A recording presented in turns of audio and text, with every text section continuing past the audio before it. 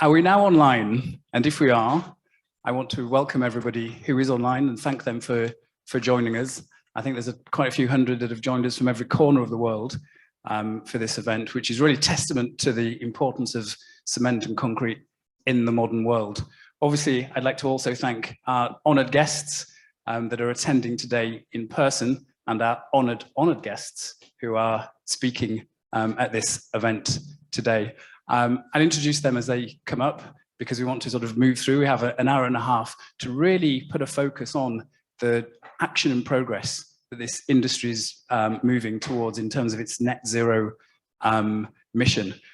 Quick question, quick reminder for those in the room, phones off. I will be using mine, not to check my social media, just to be able to follow the chat function online. For those online, if they want to ask a question, please do use the chat and we'll be able to monitor them, and hopefully when we get to the panel, we can use some of those questions there. We are recording the event as well, and we'll post it online, which you'll be able to then send to colleagues, stakeholders, everybody else as well, to really share in this important message. Okay, so I'll be your moderator. I'm Paul Adelecki from the GCCA, and it's my great honour to welcome you. I want to introduce you for the formal welcome, though, to two people who I work very closely with. Firstly, Thomas Guillot. He's the CEO of the GCCA. He's been in that position in the industry for many years. He's very passionate about climate and acting on climate, and I see that passion every day working with him. And also Mike Island, who is both CEO and president of the PCA here in the US. It's a pleasure to work with his team, who are making real strong strides across the USA. And I'll give you a quick formal welcome, and you'll see me again in a moment. Thomas. Thank you very much, Paul. I am really delighted to welcome you in New York for this one-year event. We are short 1 year from the launch of the global roadmap. It's a very important issue for me, for us. As part of our commitment to deliver, we made a commitment to be present in every climate week. So, I mean, this is one of them. We are carrying the flag of cement and concrete. And by these actions, we really want to demonstrate the seriousness and the robustness of our commitment. But also, you know, a commitment is nothing without strong action. So for us, it's also talking about what we do on the field, what we do on the pitch. We are very delighted to welcome some honorable guests. I mean, Mr. Selwyn Hart from United Nations is literally the right arm of Antonio Guterres on the climate issues. So it's really a privilege to have you. And also my president, Jan, thank you very much for being here. It's also a privilege. We are running this event with PCA, so I would like to pass the word to Mike. Mike, as a representative of all the association of the world, thank you very much for being here. Thank you. On behalf of America's Cement Manufacturers, PCA, or Portland Cement Association, welcomes you to the United States. Particularly right now, we welcome you to New York City, the Big Apple, or sometimes affectionately known, or as we know it, the concrete jungle. We look forward to talking some more today about what we're doing as an entire industry to reduce our carbon footprint. Thank you for being here. Thank you, Mike. Thank you, Thomas. You'll hear a little bit more from them in a moment. Just before we start to get into Selwyn, and definitely we will get to the presentations, this event is about the action and progress of the industry, and we've got a short film just to allude to the work that we are all doing. We all know that concrete is needed to build houses, roads, bridges and tunnels.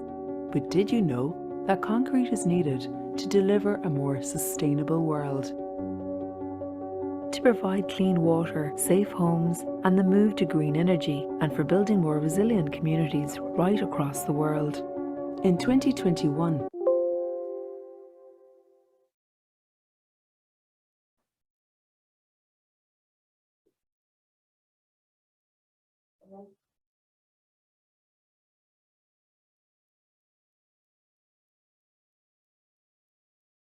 the delights of a hybrid event.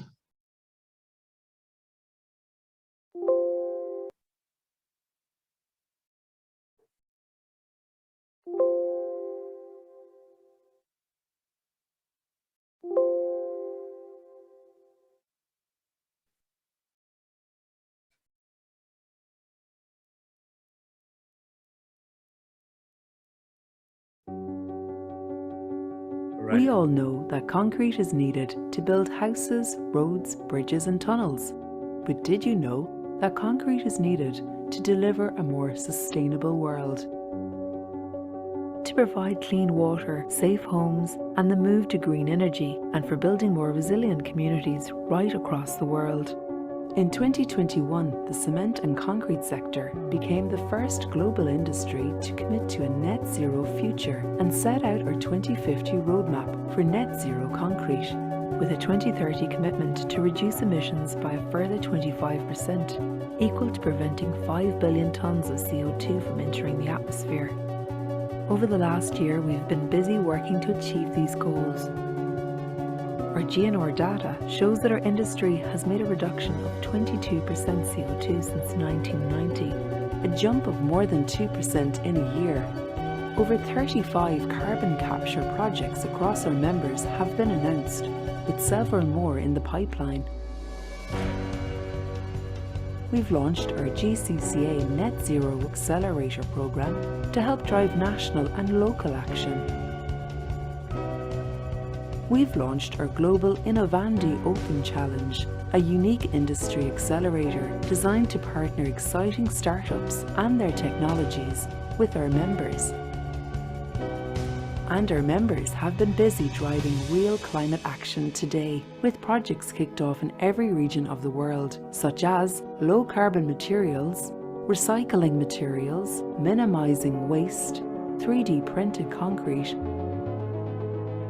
alternative energy use, and major carbon capture installations. We are taking action and making progress, but we need the support of many, including governments and policymakers, architects, engineers and planners. Find out how together we can build the more sustainable world of tomorrow. Visit gccassociation.org/concrete future. Great. Apologies for the small technical foo-far, but here we are. Right, without further ado, I want to introduce Selwyn Hart. Tom has already given essentially the introduction to Mr. Hart. It's a real pleasure as Special Advisor to the UN Secretary General, and as Tom alludes to, the right-hand arm in terms of all things climate. Mr. Hart, please. It's an honor for us to have you.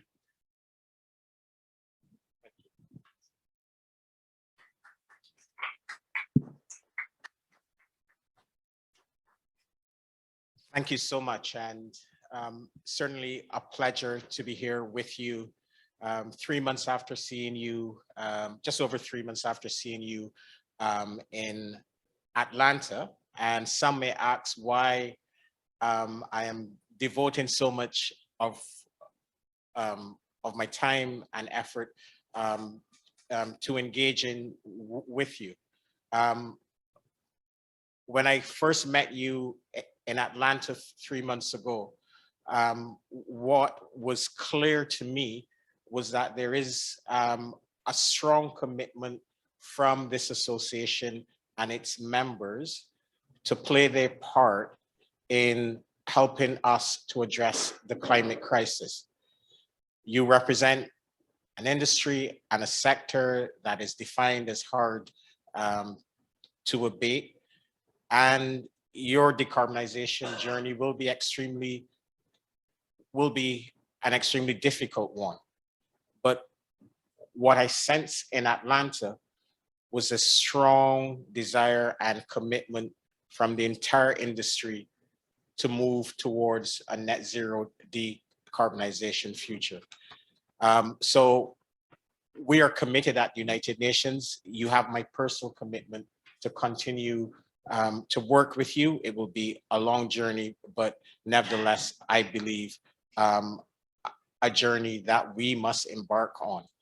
So you're in New York. I'm sure you've seen the ruckus that is going on around the city. I was just briefing colleagues that this is our worst time, well, our best time of the year. We have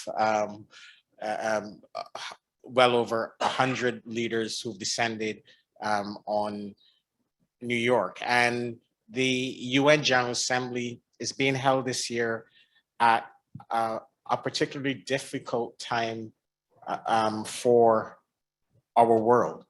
We're in the midst of multiple crises, the war in Ukraine, rising food and energy prices, and economic uncertainty in every corner of the world.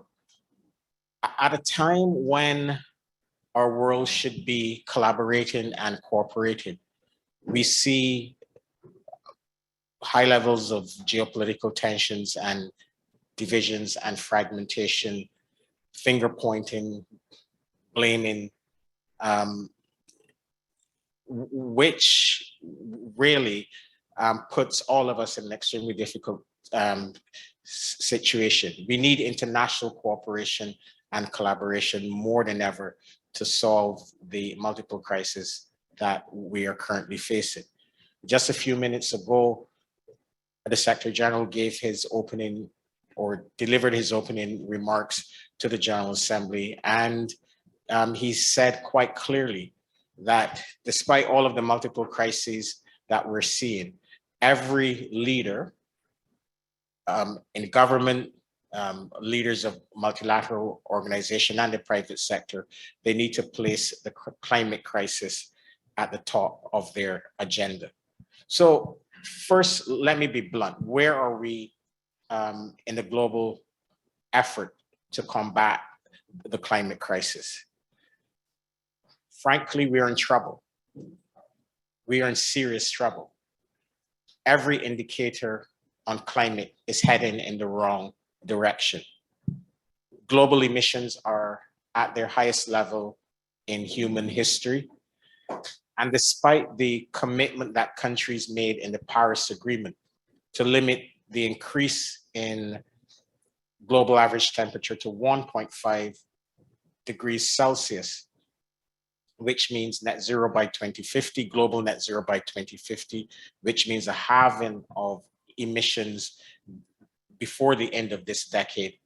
Despite these commitments, we are way off target. When one looks at the national commitments that countries have put on the table, we're more in line to exceed 2 degrees, and the national commitments that countries have put on the table place us at 3 degrees Celsius warming. And we've seen the impacts related to the climate crisis are worsening. We're already at 1.2 degrees of warming, below the 1.5, under the 1.5 degree threshold. And at 1.2 degrees of warming, we're already seeing unprecedented impacts on every continent, in every region, and in every country. The floods in Pakistan, most recently, a third of the country is currently underwater, 33 million persons displaced, and hundreds of persons, unfortunately, have lost their lives. So the reality is that we need to significantly accelerate our efforts to reduce emissions globally, and while simultaneously protecting persons on the front lines of the climate crisis. My speech this morning will not only be about doom and gloom, it will get better, I promise. The good news is that despite the fact that we're way behind the 8 ball, we're decades late, that window of opportunity to limit the increase in global average temperature to 1.5 is still open. And the good news is that we have the technologies and financial tools to make the best of this opportunity. We can still limit the increase in global average temperature to 1.5 or beyond that pathway, but we need to act now. We need to act now. And this is my central message, and this was the central message that I delivered in Atlanta. 2050 is fine. It's a good milestone, but what really matters is what you do now, the actions that you take now. So my acts to you are simple, two acts. First, you represent 7% of global emissions. If the concrete and cement industry were a country, you will be the world's third largest emitter. The direction you take matters. I urge you to be part of the solution to the climate crisis. You were the first global heavy industry association to commit to net zero. But that's the easy part. Making this long-term commitment is easy. Now it's following through on your roadmap. It's about what you will do over the course of this decade. This critical decade of the 2020s, we will make or break the 1.5-degree goal. Now matters. The now matters. So I urge you to set short to medium term interim targets and very clear and credible transition plans. How will you, on this journey to net zero, what actions will you take in the short term? And I urge, as I said, I urge you to prioritize short-term action. And I really look forward to hearing from you what are some of the measures that you have put in place to deliver on this. Secondly, and finally, use your powerful voices, your wide influence and significant resources really to speed up climate action in every country, especially the G20 countries. G20 countries account for 80% of global emissions. Where the G20 countries go, especially the large emerging economies, will largely determine whether we can keep the 1.5-degree goal of the Paris Agreement alive. Please work with policymakers, be explicit, be specific in terms of what types of investments, what type of policies you need to accelerate your decarbonization efforts. Be the loudest voices possible for ambitious climate action. National policies matter, and governments need to provide you with the legislative and regulatory certainty and predictability you and your industry desperately need. So in closing, we are less than 50 days away from COP27 in Sharm el-Sheikh. COP27 will be by no means the end of our collective journey to decarbonize the global economy, but it will represent an important moment for us to regain momentum on the climate agenda, despite the multiple challenges that the world and crises that the world is facing. And it also represents a timely opportunity for you to credibly demonstrate that the cement and concrete industries are and has made progress on its decarbonization goals. As I said, COP27 is simply a milestone. Every COP during this critical decade will be an important political moment, an important forcing moment for all stakeholders, including your industries, to demonstrate progress towards the goals of the Paris Agreement.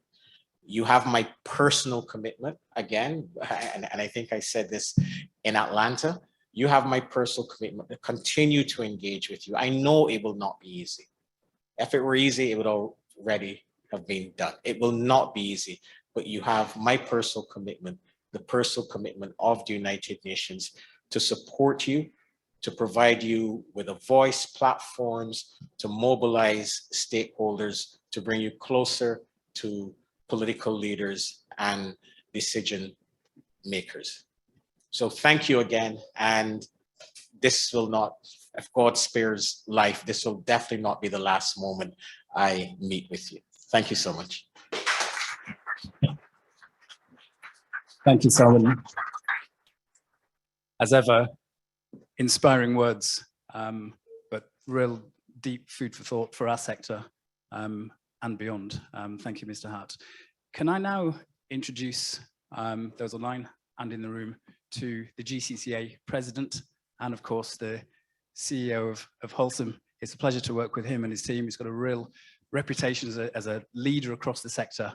Jan Jenisch.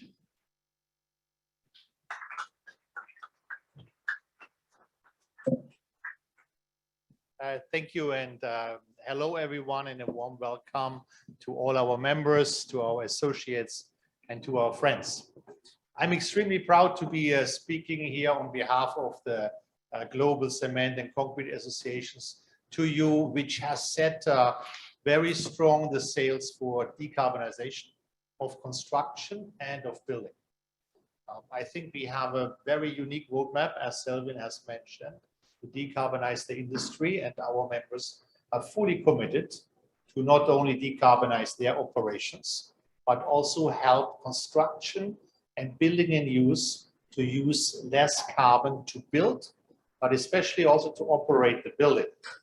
While we having quite a CO2 footprint in doing the construction, more than double of that is footprint of CO2 of use of the building. So all the energy consumption for cooling or heating is double of what the building of the building takes. And we are all committed to help to better insulate the buildings, to make them green, to make them solar self-sufficient, to use renewable energies and all of that. So very proud to be here talking about this today. And our association has been a success story, not only for the roadmap, which is unique and super fast, and we are committed to do it. Association is only 4 years old, but we basically have all key players of our sector in the industry. And I think that is remarkable, and more remarkable that all are committed and all agreed to have this ambitious roadmap in place and to execute it step by step. So I couldn't be more proud, and call for action from us was already a few years back, and I think we are fully now accelerating to deliver. We need a lot of help from the regulators. Building norms are adjusting very slowly to what we can make happen already.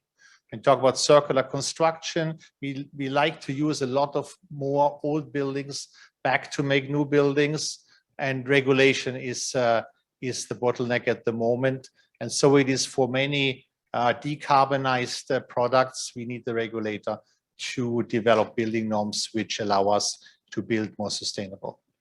But we work on this, we engage with all stakeholders. That's why it's so important also to be here at the Climate Week to talk to all the stakeholders in this, from governments, from key customers to others, to make sure we can accelerate, because we are, as Selvin said, we are not early in this race, we are rather a bit late, and so we all need to accelerate.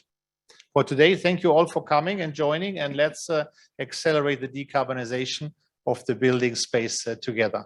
Thank you.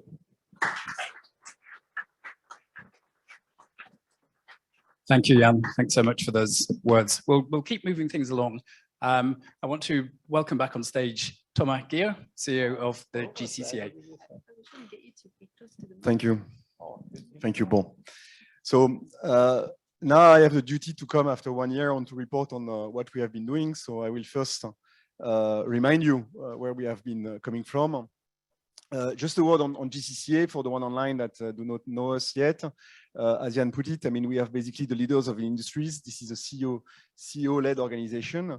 And this is important for us because it really means that the commitment that we are making through the association is coming from the top of the organization. So it's something that means we are moving and we are very serious. We also have what we call affiliates in our language, which is basically the National Cement Association around the world, which help us, and we'll come back on that, which are instrumental to actually rely on put action on the ground. The mission of GCCA is essentially about the net zero transition, right? So it was created recently. I mean, Jan said it a few years back, and the mission is really to help the sector to go through the net zero transition and to do and to act as an enabler, as a catalyzer for this net zero roadmap or pathway to happen.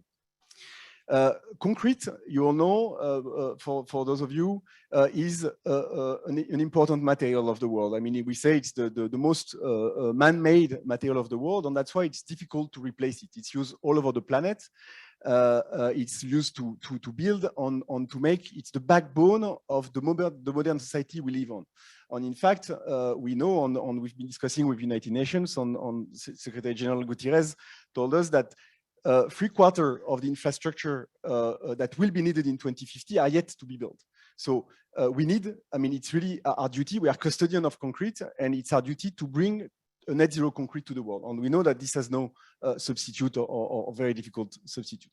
So I like just to remember where we are. I mean, you said it, you know, all of this graph, it's about the CO2 emission we see. The question is, what is influencing these emissions, and how do we curve this volume of emitted CO2 down on the road? And we see so far, actually, the only thing that has curved it down is issues, disruption, the crisis in 28, COVID, etc. And if you draw the line, and I borrowed that to somebody that spoke, and a doctor that spoke at the Atlanta, and basically it's basically a COVID every year, right? So I mean, and that's not what we want. So the duty we have here is really to be serious about what we do and to reflect on how can we actually share and do our part on that.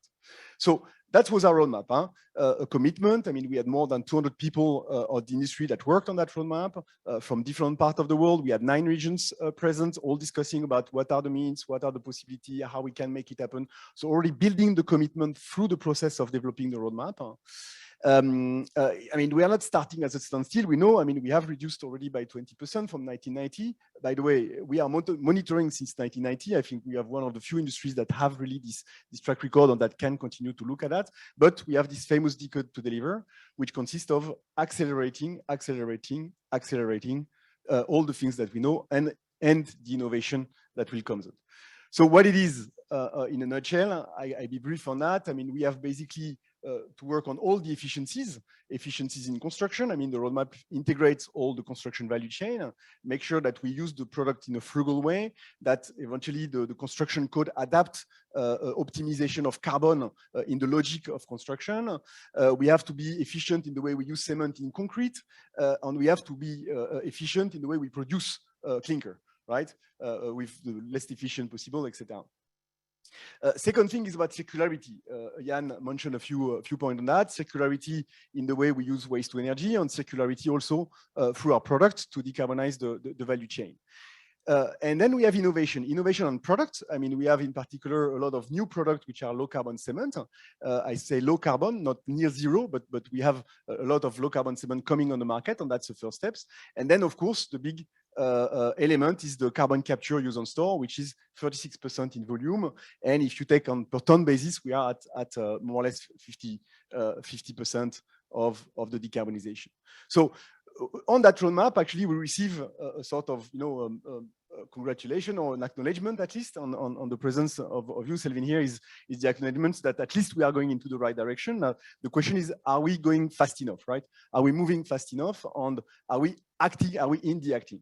And as we came out of the COP26, it was clear to all the team, and I think to all the people that was on COP, not only to us, that the decisive thing is in the actions, right? Make the analogy of the we start in Europe the football season. It's a championship, the Champions League. Everybody wins the championship, right, at the beginning. The question is, who will win it on the pitch? What are we doing on the pitch to make things happen, right? And that's why we decided to engage with the National Cement Association across the world and to ask them for this Net Zero Accelerator to actually do the homework and to translate the roadmap in action in reality. What does these drivers mean for you in your regions? You said it, in Egypt, in India, et cetera, to make sure that people have the homework done. Once this is done, we need to understand regulators. How do we ask the help of the regulators? What are our needs? We need to formulate that clearly to express it. It might be different. We have examples from all around the world, but we need to be clear in every country. And finally, we need to have projects. Yesterday, we were at the opening of the climate conference. We had Dr. Moheldin, the climate champions, that clearly says there was a promise of $100 billion, euro, it's the same, for projects to the south, right? But do we have the project to claim it? I mean, do we have maybe 7% of that to claim this project? I'm not sure we have that today. So we need to have that. We need to develop these things, and we need to make sure that this is happening. It's also important that our vision of decarbonization is shared with the regulators. So we need to engage on NDCs to make sure that these NDCs reflect also what we believe as industry, what we have a roadmap on, that we get closer to the 1.5 degrees. So we had a discussion with 4 countries to actually launch pilot this Net Zero Accelerator, which has been working: Thailand, Colombia, Egypt, India, as big country. This was actually quite successful. I mean, we have very, very good development on that. In particular, we will close Egypt ahead of COP. We will announce and we'll publish the roadmap of Egypt at COP with clear outcomes. Also, Thailand has a very, very strong and robust roadmap. And we have initiated with Colombia on India is also ongoing on that. So now we will start the phase 2, and we have already 10 countries initiated on going in this way. Now, Selvin, I mean, you're right. Is it enough? Right? Is it enough? So really, I make a call now to all the associations of the world, to all our members around the world, and to all our members as CEOs, to make sure that in your countries, in your company, make sure that all the local CEOs are starting and are cooperating with us to develop this roadmap, and to make sure that they have projects to come and to propose to the regulator onto the funds whenever these funds are coming. Our ambition would be to come with to cover 75% of the world, starting with the big one. But you see, I mean, basically the Occidental world, if you want, is only 16% of the CO2 on the cement emissions. So our issue is very much into what we call global south or emerging economy, developing economy, and we need to make sure that in these countries, our story and our actions are actually taking ground. On this one, we are receiving actually a fantastic cooperation. I mean, we have this whole activity is developed with the help of Mission Possible Partnership, and I really thank you for them. I really thank them for that because this is really helping us also to bring, you know, the notion of not only our sector. It's a multi-sectoral approach, and we are part of a whole. We are part of a game. On also you present with the climate champions on you, Selvin, show the importance on the possibility for us to influence the sector locally. So where are we now? We launched the accelerator. That's great. We have promised that's the 2030 objective, and we have announced 10 plants to come for 2030, 10 CCUS plant on that.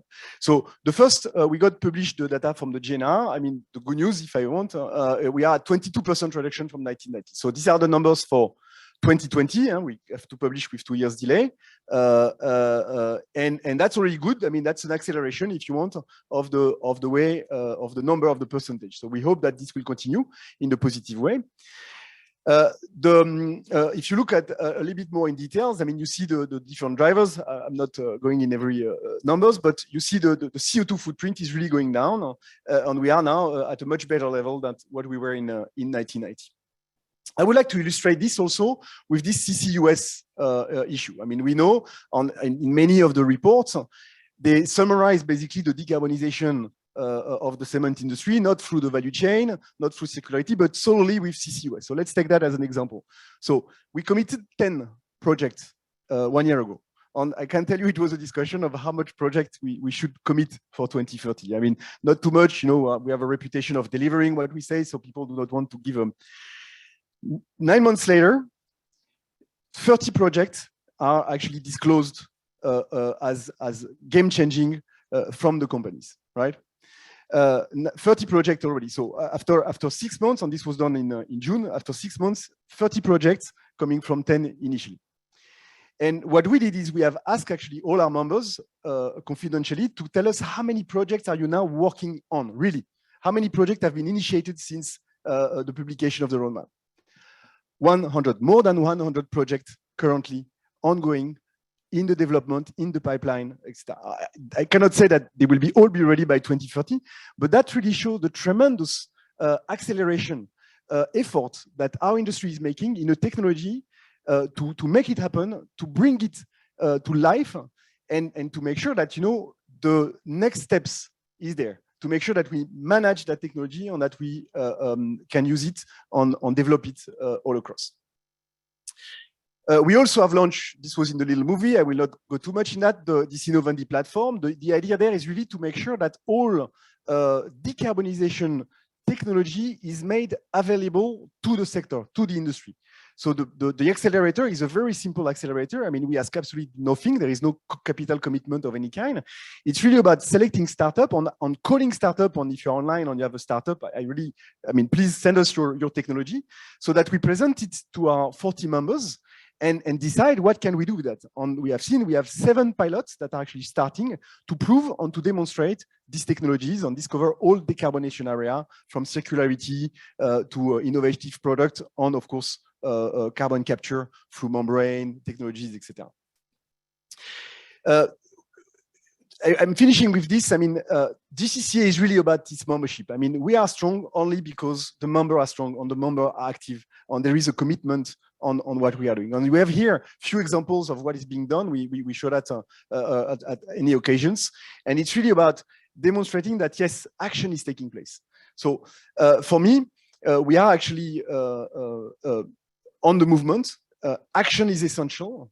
And I'm really making a call today for every cement association around the world, every cement company of the world, to join us and to make that path forward, and to act, as you said, Selvin, to accelerate this discussion on climate, and to come with even more projects, even more development, even more policy ask, and that we fight for it and become activists on the climate change in our own way.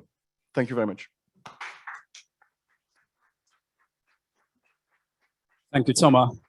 You can hear both the passion and the boundless energy that Thomas brings to work every day. And it's probably more than a rumor that Bill Gates is looking to harness some of that energy as an alternative to fossil fuels. Right, I will move on.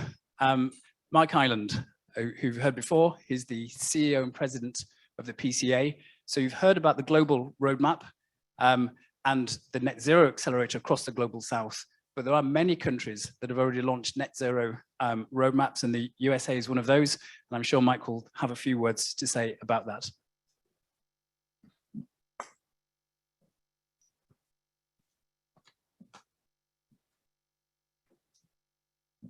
The U.S. cement and concrete industry seldom finds itself in the limelight or a top story in national newscast.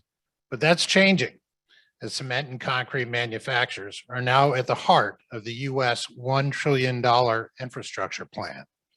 We've seen progress on significant environmental provisions by way of legislation that will hasten our industry's pace to carbon neutrality. As a nation facing today's extraordinary challenges, there is much work to be done. PCA, together with Gcca, FISM, and other collaborative organizations, are answering the call and doing some pretty amazing things already. It's not every day that an entire industry gets on the same page, devises its own roadmap to carbon neutrality, and pledges to stay the course. Despite the ever-changing nature of Capitol Hill, federal agency regulations, and so many other external influences, we are navigating unflinchingly alongside each of our roadmaps for the simple reason that it's the right thing to do. You may be surprised to learn how vital cement and concrete are to your everyday life. In fact, just take a look outside at the concrete jungle you see. Concrete is ubiquitous, it is everywhere. It's one of the first critical ingredients in the vast majority of our built environment, from the roads and runways that connect us to the schools and buildings where we live and learn, and to the hospitals, aqueducts, and water systems that protect and sustain us. Used for centuries, concrete made with cement is the perfect material for long-lasting, sustainable, and resilient construction. It does not burn, rot, or warp, and it is a carbon sink for CO2.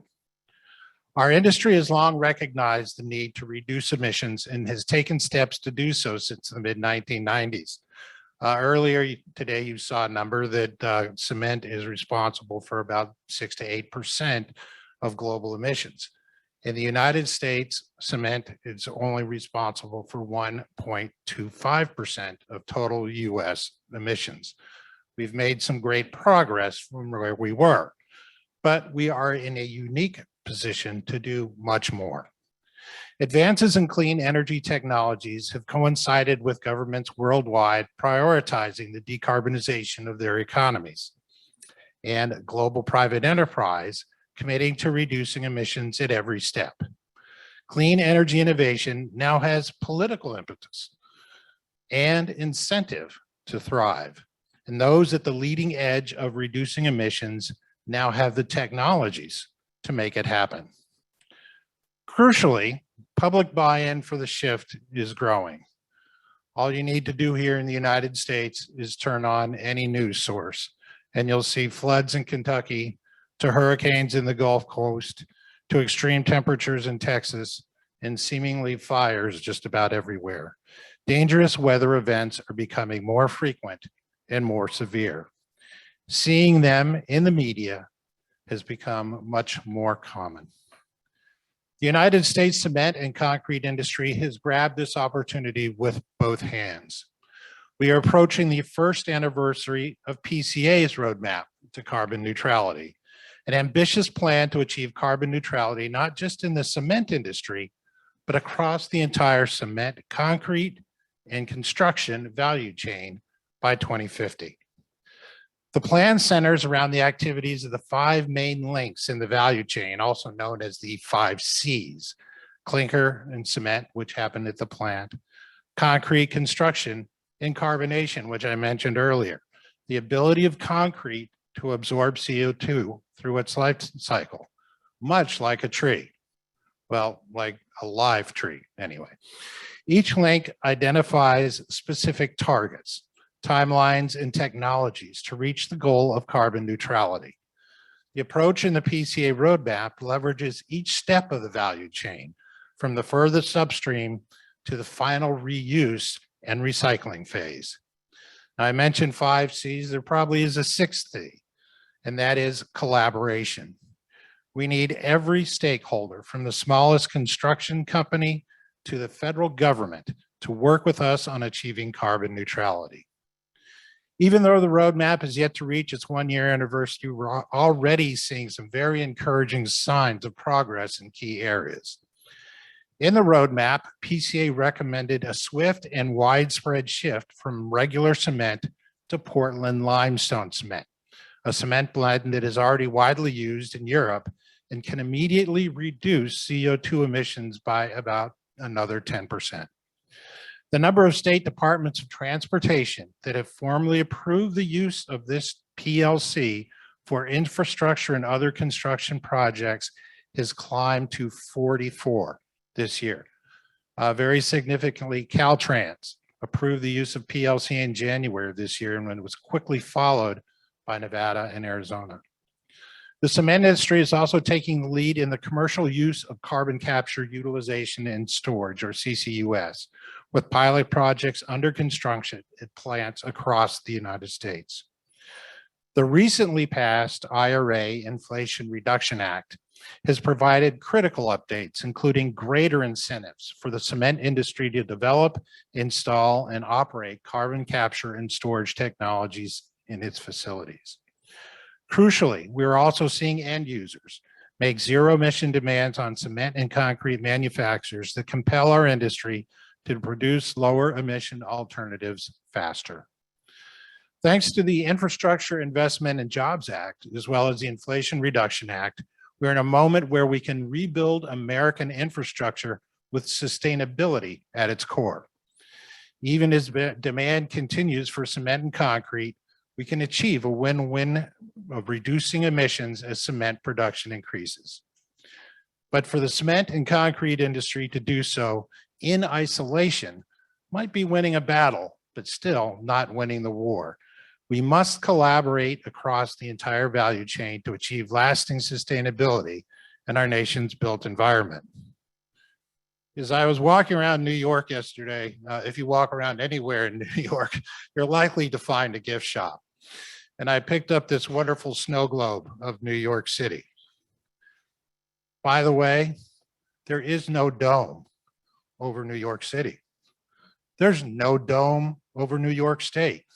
There's no dome over any state in the United States, and there's no dome over the United States or any country in the world. We all live under the same globe. We share the same air and the same atmosphere. This is a whole world issue, which makes it an issue for all human beings. America's cement and concrete manufacturers are proud to be doing our part to work together across our planet, but together, let's shake things up.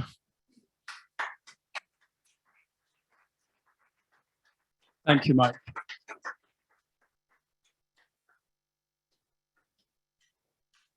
Thank you for those that are still online. You can use the Q&A function. I think I misspoke and said the chat function doesn't exist apparently. So do use the Q&A function to ask questions of any of the presentations you've heard, but also when we get to the panel as well. So we've heard about the global roadmap. We've heard about what's going on in the USA. And Mike suggested, of course, that we're all under the same sky. So let's move down and hear about the developments in the LATAM region. And I want to introduce a great colleague of mine, Maria Jose Garcia. She is Executive Director of FICEM, the Inter-America Cement Federation. She is a lawyer, a business leader, a leader of the broadest definition of sustainability in the region, and a really good advocate and example of women in this industry. Maria Jose.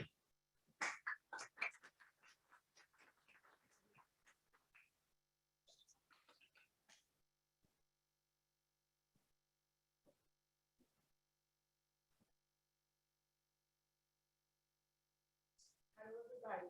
Thank you very much for the invitation. It's an honor to be here. I want to start by highlighting the global commitment of the industry, which they are meant of contributing to a better planet. It is extraordinary that all the continents agree and are working together, no matter the difference and challenges each one have. The difference in each region is amazing. You are going to see what happened in Latin America. But we are all together, trying to work together to achieve the goal net zero. Latin America industry are committed with net zero 2050. We think it's necessary based on the regional difference to include in the roadmap the mitigation and adaptation to reduce the infrastructure and housing gaps we have in Latin America. The cement industry has presence in 26 countries from Mexico through Central America and the Caribbean to South America and the Caribbean islands. With 77 production companies and 200 million tons, a diverse country.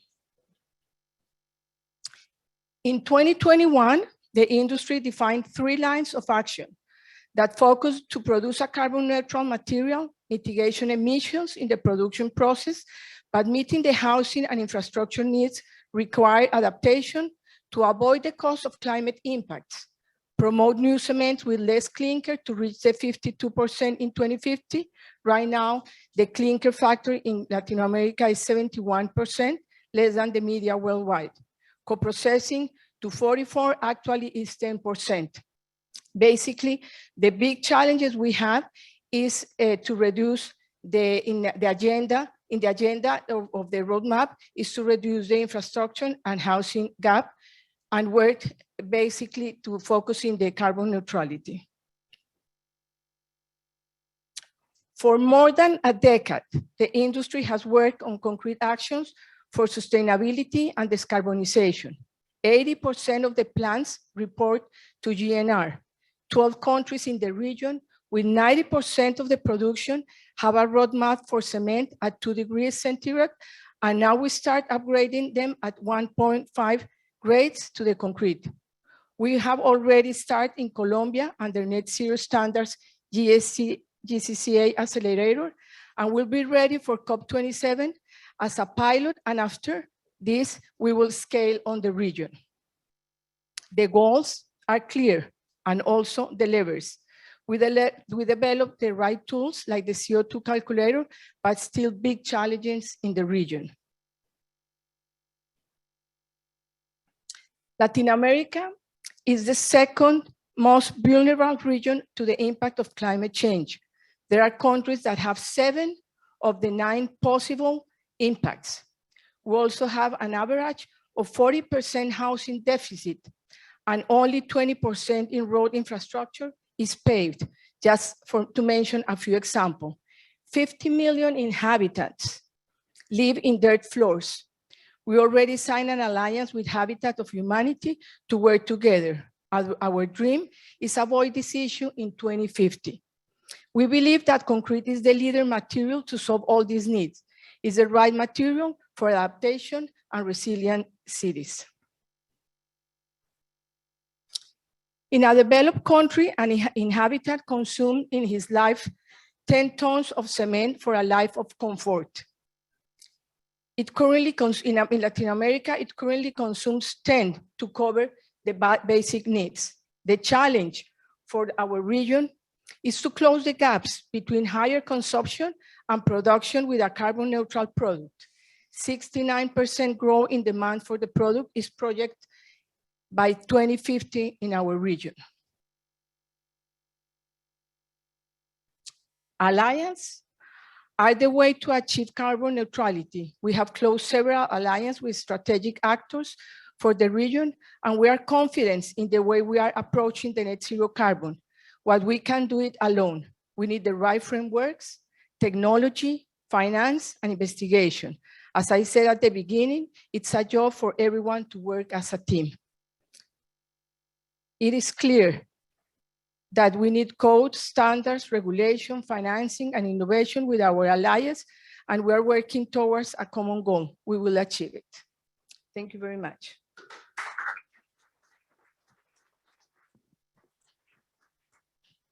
Thank you, Maria Jose.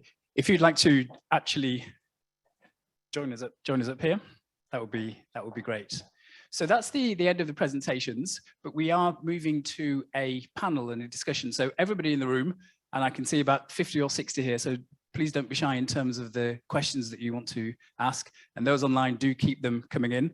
I want to introduce 2 people that you haven't yet heard that are leaders in the cement sector in North America. Firstly, Ron Henley, who is president of GCC America and chairman of the Portland Cement Association. Welcome.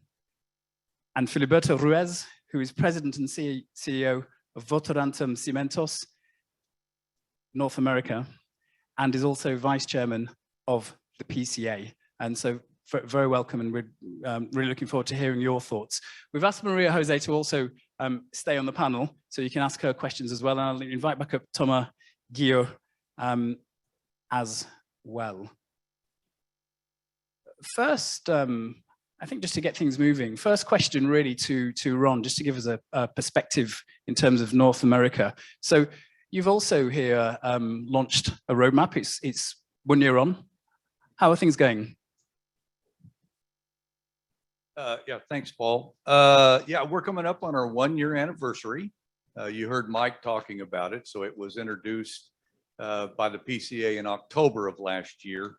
And I think, this is a journey, but I think in the first year, when we look back, we've made good progress on some really key items that were laid out in the roadmap.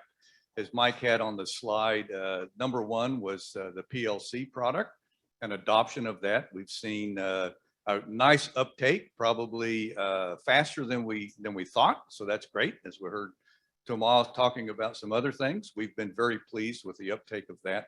Companies converting to PLC, and I think as we move into 2023, Filiberto, most of our producers, the vast majority of our producers are producing that. And as we said, that can achieve up to a 10% reduction in CO2 emissions. Mike also mentioned that we've part of that seen good adoption by the departments of transportation, now up to 44 states where it's in their specifications for a paving infrastructure construction project. So that of course helps. And then we're seeing more requirements from architects, builders, owners wanting a low carbon product in their projects, which of course gives us an incentive to continue to work on that. So if you look at the first year and what we hope to achieve, yeah, I think we've exceeded our expectations to this point. Fantastic. And we've heard a little bit about CCUS inevitably. How can we really scale it up, in particular in North America? What are you doing here to really get the energy and movement on that? That's a tougher issue, and it's a big issue. I think it was in Tomas' slide that it's 36% of getting to zero by 2050. I think what's going on right now, as you saw, the number of projects, there are a number of those running in the US, pilot projects. There are a number of technologies that are out there. And so those are what the pilots are about. And we're waiting to see which, if it's going to be three of the technologies that break through, that are economically feasible and scalable to the industry. As part of that, we do need research. So we're working with the administration, regulators. Department of Energy has a program to bring forth projects that they can fund to continue the research. So to me, it's like what we saw, with Tesla, right? So we need some help in the background for a breakthrough technology that's really going to set the industry in a new trajectory. And I would think, I was talking with a supplier that's here in the audience before this presentation, and he and I were discussing that probably between now and 2030 that will happen. And we would expect by 2030 that there'll be a sea change as we move into the 2030s around carbon capture. That's great to hear. It's complex, but moving in the right direction. Yes. And you sort of talked of, the industry obviously cannot do this great challenge alone. So just moving across to Filiberto, on that side, what are the other policies that government can bring to the table to accelerate the transition, in particular around sort of low carbon cement and the developing a market there? Yeah, so some of the very interesting elements is that since 1980, cement producers in North America have reduced 40% their energy usage. Now we know this is not enough, and that's why we launched this roadmap, because we need to accelerate the process. If we speak about limestone cements, for example, in the last 3 years, in the US, we have been able to achieve up to 30% of production and utilization of these cements, and 50% in Canada. That is equivalent almost to 3.6 million tons of CO2 that has been avoided, and represents around 800,000 cars running every day during a year. Then if we speak about policy, I think the Biden administration has been working to help the industry with funding and different programs in order to decarbonize the industry. Through the IRA, Inflation Reduction Act, they have provided $5.8 billion to retrofit current facilities with new technologies. So this is money that we can analyze and take into account to improve our facilities. And Also, there are tax incentives for CCUS, for example, through the 45Q system that can be used really to support and develop these technologies. Thank you. That's really helpful. Maria Jose, you've heard of the different challenges and the different nature of the regions. It's a global challenge, and obviously there's huge differentiation. What's the view from LATAM in terms of that? Huge difference. Starting for the money, we can never count with that kind of money that Thomas was saying. Let's do the project with millions of dollars, and you guys are talking the same way. We developed, as I said, we developed in FISEM 12 roadmaps that represent 90% of the production. We understand exactly what are the opportunities and the challenges. Basically, the main challenge we have is that we don't have one parliament. We have to deal with each country with different parliaments. So we don't have a legislation, or when we have, it's a bad legislation. And what we understand that the main lever is the co-processing, or to manage the waste in Latin America. That will be a big advance if we have the right regulation. What the big question mark is the the carbon capture, because we don't see how we are going to do it in Latin America. It's something that we are analyzing right now. But we have different ways to reach the goal.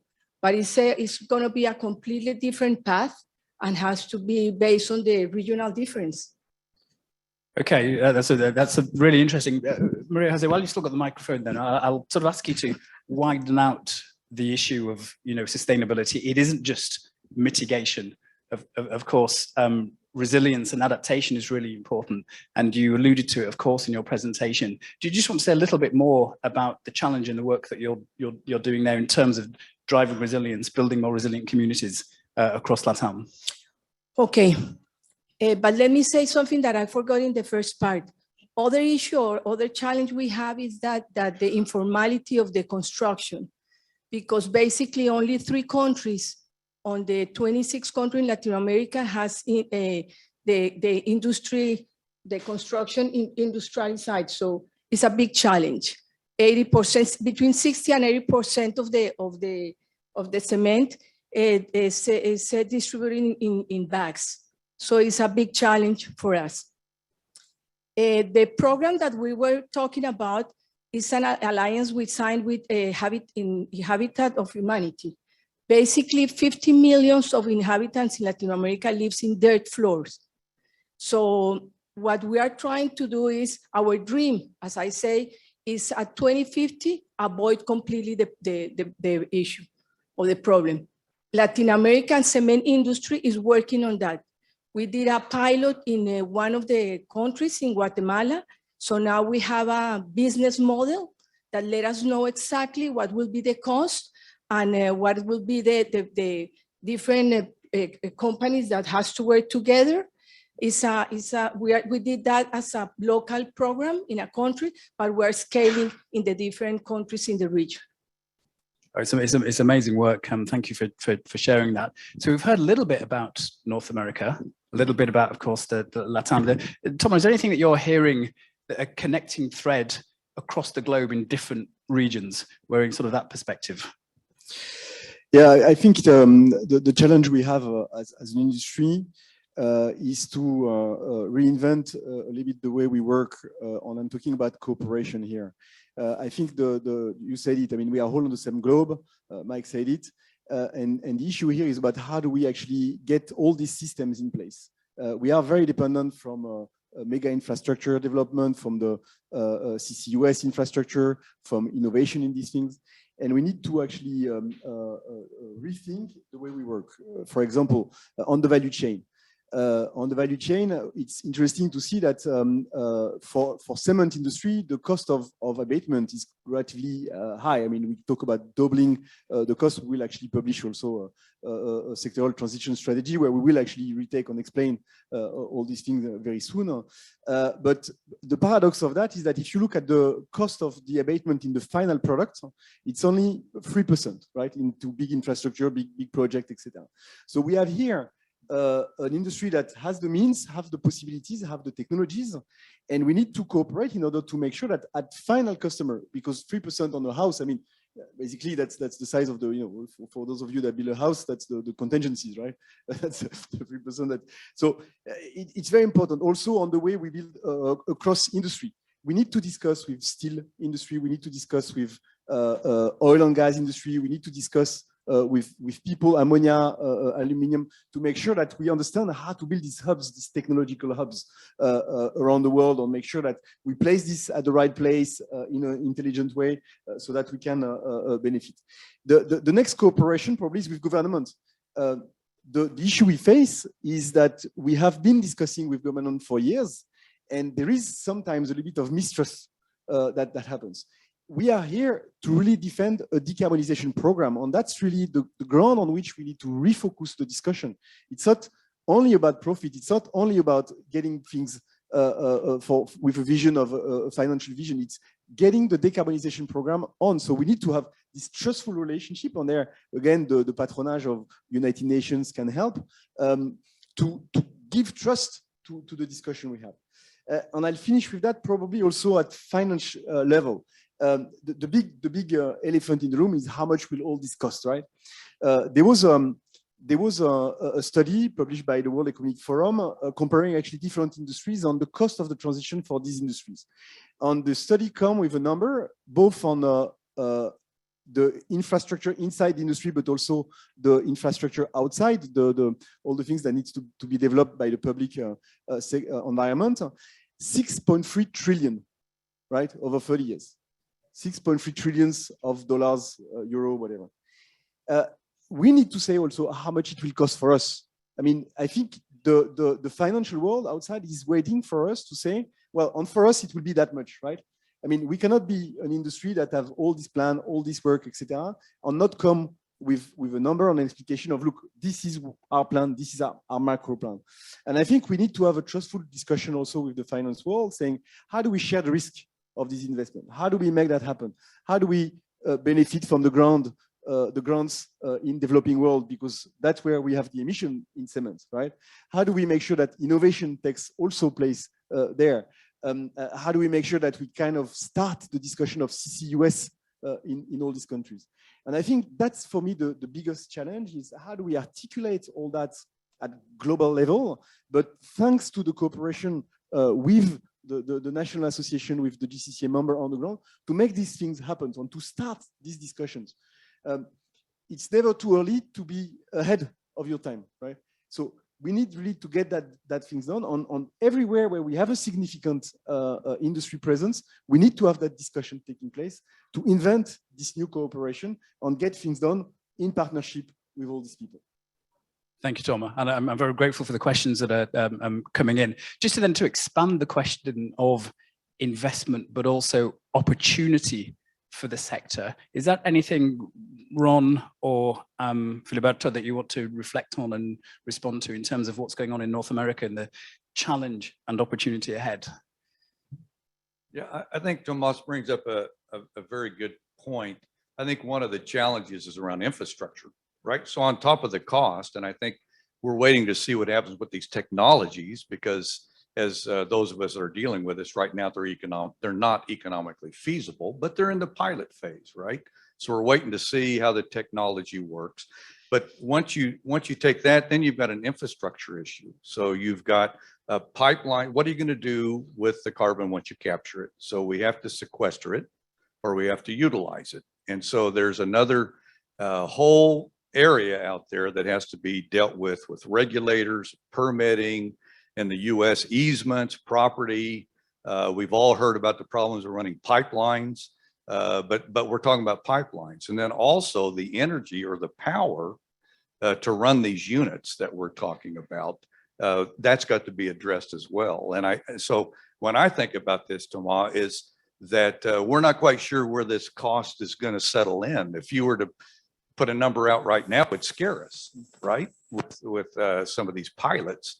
But we know that that's going to be addressed, and it's going to come down. So, and that's another area where I think regulation, that environment can help with this. And we have to open those dialogues, as you said, collaboration with government agencies, with non-governmental organizations, with academic institutions to help us all solve this problem. We can't just do it ourselves by talking amongst our own industry or our own companies around that. So it's a much bigger issue.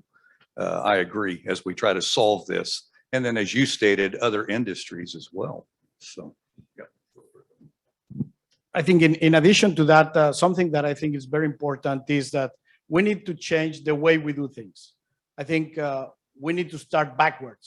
You know, if we really want a resilient and sustainable building environment, we need to start from the design of the buildings to change the way we do it, just not do the same that we have been doing during hundreds of years, to become more efficient, to use better materials, and then we can go backwards to the chain, as Mike was mentioning, and optimize all the process. I think this is a fundamental change that we have to do, and that can be, you know, replicated in Latin America or other developing economies, because I think that's the right way to do, not just to copy what we're doing or we have done in the wrong way, if you want to call it today. And are you, engaging with the wider value chain, with sort of specifiers of concrete to push them towards more performance-based specifications? That's going on through the PCA, through your own engagements, yes? Yeah, I think this is a very important element where we need to work with the specifiers to understand that performance-based concrete is really what we want. I think good examples in Europe or Mexico or other places, they have been able to develop these elements already, and they are very successful with this. So they are producing these low carbon cements and reducing substantially the amounts, as Maria Jose was mentioning. For example, Latin America, you're speaking around 71% clinker factor, when in the US we're speaking on the 85 to 90% clinker factor. So there's a huge opportunity for us here to improve, not only through this, but also through alternative materials in order to reduce fossil fuels. Thank you. We're getting some great questions online. I'm just going to warn the audience here, the 60 or so that are in the room, that I am going to be coming to you. So do please just put your hand up if you want to ask a question. We'll get a mic to you. Question that came online, and it's probably one for Thomas, but everybody else can think about this: that China isn't included in the stats. Obviously, despite them being the biggest producer of cement, what kind of outreach is going on over there? Yeah. I mean, China is included in the roadmap. I mean, we have been working that. There was a group on China, and we had actually a strong cooperation on this with CNBM in particular. We have a very regular discussion with China, and China, they have a vision. They know where they want to go. So I mean, they have communicated their visions. They have a vision on a net zero world at 2060. Of course, they are acting and they are looking forward to this development. In China, there is a strong sense of the vision of where the cement, on how the cement consumption should evolve. And in that sense, there is a reduction foreseen in the next 30 year, progressive reduction. And that's a big share of the volume reduction, if you want, in the world, and therefore the CO2 reduction in absolute amount. So that's a big number. China is indeed 55% of the production of the world. So that's a very important number. And that's why sometimes we'd say exclude China, because the number is so big that it gives less relevance to the rest of the world. So I want to say that we are in constant discussion with our members in China.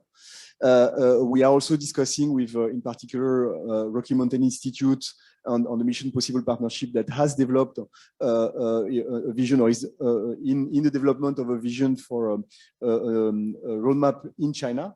And we are discussing with the industry, latest with the China cement industry, to see where we go, how we can cooperate. It's particularly important for us on the side of technology, because we all know that a lot of developments happen in China. And when they really decide to go somewhere, I mean, they put a lot of effort, of brain, of energy into the development of technologies. And for us, that's where we actually ask them also to be there, to contribute to this discussion and to contribute to the technologies of the world that will enable us to decarbonize. But I think this message is very well received there on all the discussion I have. It's always super positive and very strong on the message, on the vision of decarbonizing. Excellent, thank you so much. So we are going to open up a couple of questions to the floor. If we do give you the mic, please say who you are and the organization you represent, and that will also help those online as well. So, sir, in the very fetching t-shirt. Thanks. Yeah. So my name is Dave. I'm with a startup called Queen's Carbon. I think Tesla was mentioned as an example. Thank you. So assuming that the technology was there, so Tesla took a particular roadmap, and now the industry is following 10 years later. What do you think, if the technology existed, even if it existed today to fully solve it, what do you see as the path forward? How will the industry globally carry that forward? What do you see as the potential roadmap? And what do you see as the biggest hurdles? Well, I mean, the different levels have different technology, I want to say. And I think there is a constant progress on this technology. So if we look at the circularity, for example, I mean, we have been progressing a lot on the way to integrate different elements from the value chain, the waste, the alternative fuels, the alternative raw materials, the way we actually reuse waste from adjacent industry into the product. I mean, I just want to give the example of the slag cement. Slag cement was an invention from the cement industry. They have invested into developing the market, into educating the customer on how to use it. And this was posing problems in the way it was operated, etc. So there is a tradition of small innovation like this. And we are working on, we are continuing to develop, and that's the sense in particular of we have this research network where we are cooperating under a consortium on all the pre-competitive technologies, on things that are more, I would say, basic to our or essential to the core of the way we manufacture the material, etc. The other thing is the technology in development. On there, I mean, we have to open up to the world of the startup. So I mentioned the Open Innovation Challenge. So these are things where we really mean and we hope to identify startups that have great idea, and we are really, I mean, all ears and eyes open on what is going on. And the idea is really to make sure that we kind of test these technologies so that they are coming into process. And then, and I will finish with that, there is the technology, the CCUS technology as such, we said pilot, etc. And this, we are actually now on our first pilot. So, I mean, you see the project, the 30 projects that have announced, actually, these are full-scale pilots. So these are big evolution.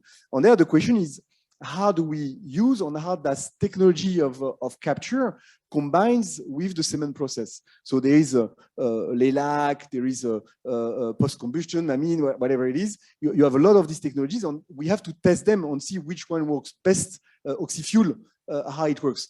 I mean, you said Tesla, but the Tesla of the beginning of the, what is it, 2000s, when they really came, the Roadster, is totally not, it's completely different from the new Model S Plaid. Voilà. So we need to progress through the technologies. And whereas we may have taken a little bit of delay in the development of these technologies, but I mean, collective, I think, maybe mistake, but also the regulator was not there. I mean, see the price of carbon in Europe during the whole period of 2000, 2006, 7, 8, etc., etc. So there was no incentive to develop these technologies. And I think what we have done now is really a major step forward in testing all these technologies and in identifying which one are the right one. And there will be winners, for sure.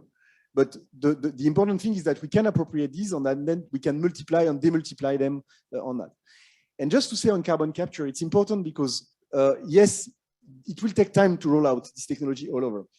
Between 2030 and 2050, we need to put in commissioning 1.3, every week, a plant of 1.3 million tons of carbon capture every week, right? But we have 10 years to prepare that. So we need to come in 10 years with what are these technologies, where are these plants, where are they located, how will the carbon be actually evacuated? Is it through storage, through use through mineralization, etc., etc. So all these things need to be answered. So that's why we are actively working now on getting these things done so that we can approach these things with a very fast development pace afterwards. Thanks, Thomas. That was an elaborate but also succinct answer, actually, in the round. You got a lot in there. Question online from Bloomberg, actually, and it's to our North American colleagues and indeed PCA. What kind of conversations are you having with US lawmakers or agencies, indeed, to sort of move forward in the kinds of regulations that we've heard that the industry needs today? What sort of specific things are you talking about? Yeah, so we have been working mostly with the Department of Energy and Congress on one side to promote these low carbon cements, which are very important. On the other side, as I was mentioning, we want to reduce the fossil fuels usage today. In the US, we're only using around 15% of what we call alternative fuels and 10% in Canada.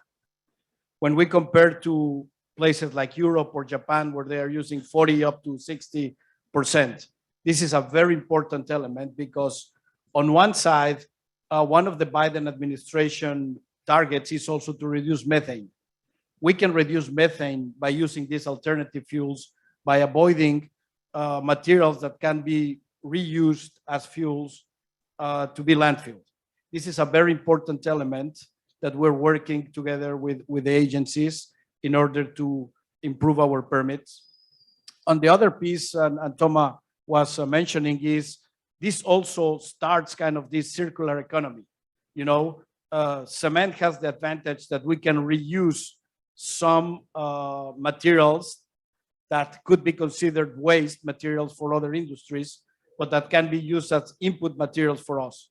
So this really changed also the way we work, and we can kind of move on circular economy. Yep, great, thank you. Well received. Maria Jose, just to sort of change slightly, I introduced you in terms of a woman leader in the sector. Just any thoughts about sustainability in its broadest concept needs all players, industry, governments, men and women in the sector. How do we sort of drive that as an industry?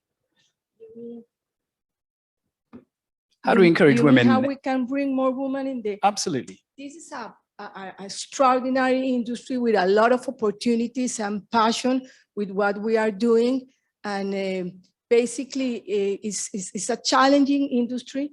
So why not to be in this industry? I invite everyone. It's fantastic, and also we collaborate in a great way with men. So welcome everybody. Excellent. And of course, we enjoy the collaboration with you, and it was great to be a partner with you at the LATAM Climate Week. Was there any of these themes that you're hearing today spoken about there across for the region in terms of its decarbonization mission? Okay, we have the Climate Week in the Dominican Republic in Latin America on June, and was an extraordinary opportunity to work with the industry, the local association, FISEM as a regional association, and the government. The National Council of Climate in the Dominican Republic in the government invite the Latin American cement industry to neutralize the CO2 emissions. And we were able to compensate basically with the levers we are using right now, the more co-processing during that time, also the clinker factor, and also neutral energy. And was a fantastic experience. We neutralized 66,000 CO2 tons based with those, using basically what the cement industry is doing.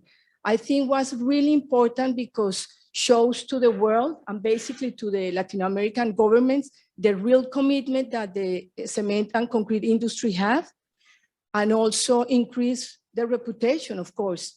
Was a really good experience. We use Deloitte And we did the certification of the neutralization of the compensation with the